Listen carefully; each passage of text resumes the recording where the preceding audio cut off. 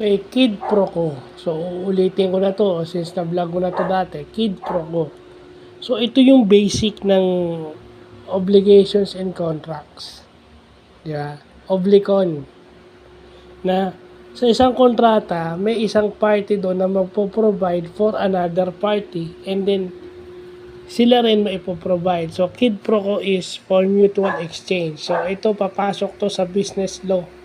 Itong mutual exchange na to.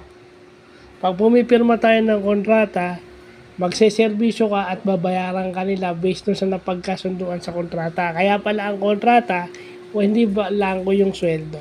Anong gusto at tinapay? Lalabas ako ulit. So, yun pala yun. No? Ha? Hindi pala pwede yung Lalabas ako ulit. hindi pala pwede yung hindi mo alam yung sweldo. Di ba?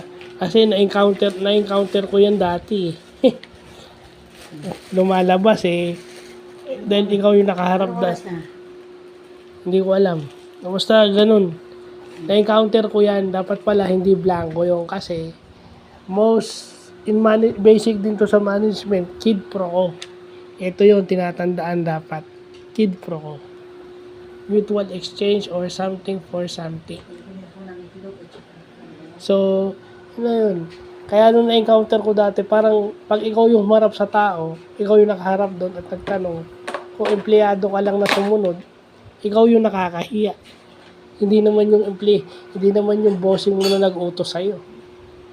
So sana sa mga superior o sa mga admin position, bago nyo yung iutos, siguraduhin nyo munang hindi mapapahiya yung empleyado nyo.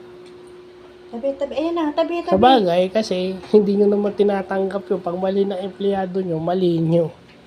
Pag tanghali ang kapahan. So, Hindi ko nila gunisa. yun lang pa.